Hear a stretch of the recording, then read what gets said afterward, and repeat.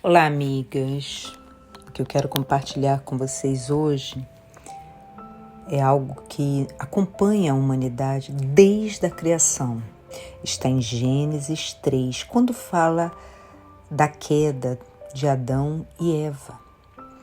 Mas eu quero falar no versículo 7, tá?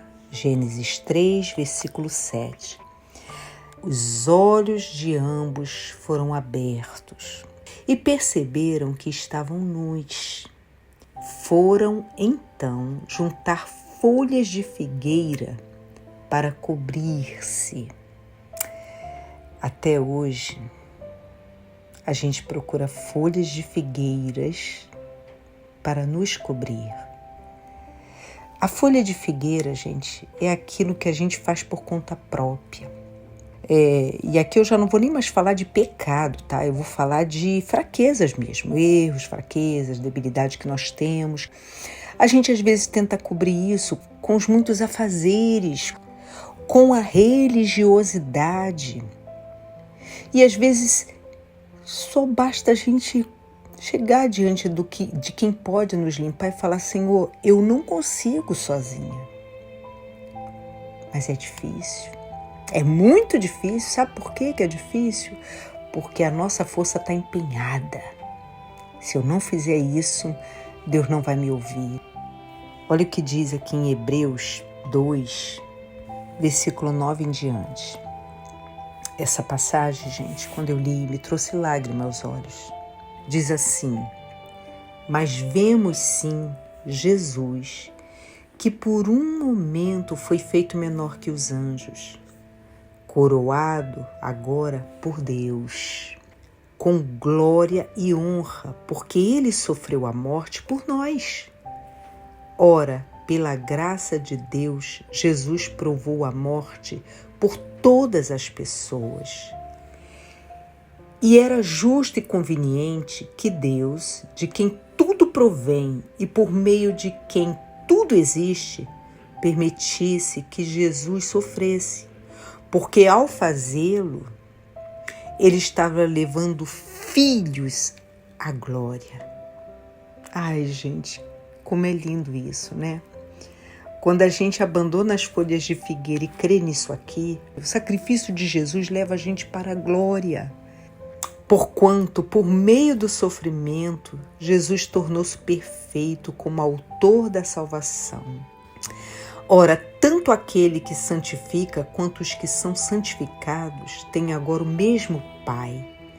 É por isso que Jesus não se envergonha de nos chamar de seus irmãos. Amiga, você pode falar para todo mundo: eu tenho um Pai que é Deus. E Jesus é meu irmão. Ele não se envergonha de nos chamar de irmão. Não é glorioso isso? E aí continua, no versículo 14. Visto que nós, os filhos, somos seres humanos, feitos de carne e sangue, ele se tornou carne e sangue também pelo nascimento em forma humana, pois somente como ser humano ele poderia morrer e, morrendo, derrotar o poder do diabo, que tinha o poder da morte. Só dessa maneira é que ele poderia libertar aqueles que durante a vida toda estiveram escravizados pelo medo da morte. Olha só que lindo essa passagem. Jesus veio também em carne e sangue para destruir o poder do diabo, que era a morte. Porque todo ser humano tem pavor da morte. Só que quando a gente entrega a vida para Jesus, esse medo acaba, porque a gente não morre.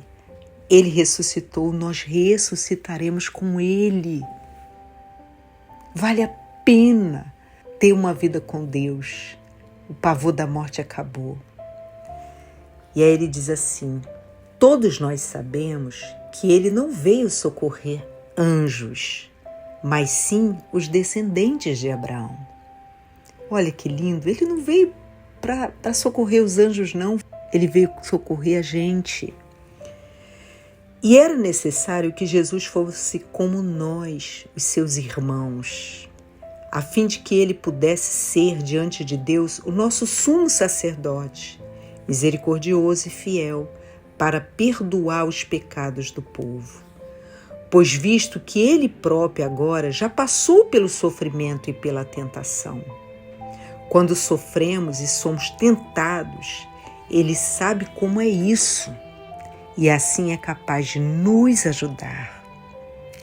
Não se apegue às folhas de figueira, porque você não pode por sua força. Eu não posso pelas minhas forças cobrir o meu pecado, a minha vergonha, meus defeitos. Eu não consigo. Mas Jesus, ele veio como nós, como seus irmãos, em carne e sangue. Passou por sofrimento e tentação. E não é isso que a gente passa? Quando a gente passa por um sofrimento, a gente é tentado à beça. E eu já não estou nem falando daquelas tentações, sabe? De fui tentado a me prostituir, fui tentado a matar. Não, estou falando de sofrimento e tentação da vida, do dia a dia, sabe? Do dia a dia, aquelas coisas que tiram a tua paciência, que dá vontade de pagar com a mesma moeda. Jesus foi tentado e sofreu.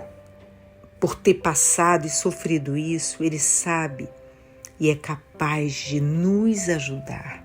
Então, fala para ele, me perdoa, me ajuda, eu não estou com força, eu estou chateada, eu estou com raiva, eu estou zangada, mas eu não estou conseguindo cobrir isso, eu não estou conseguindo limpar isso, eu não estou conseguindo tirar isso da minha vida, eu não consigo sozinha, me ajude. Sabe? Isso não fala isso na Bíblia não, mas eu fiquei pensando, até porque alguém comentou isso comigo, que Jesus não amaldiçoou ninguém quando ele esteve aqui, mas ele amaldiçoou a figueira. Aí eu fico na minha imaginação, tá? Pensando, será que Jesus não se lembrou que foram as folhas daquela figueira que fez o homem, com as suas próprias forças, cobrir a sua nudez?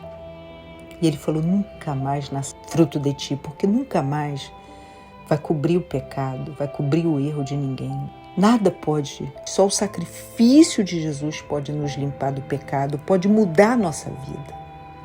Tá certo, amiga? Guarda isso aí. Eu espero que essa palavra te ajude, porque quando eu li, eu chorei.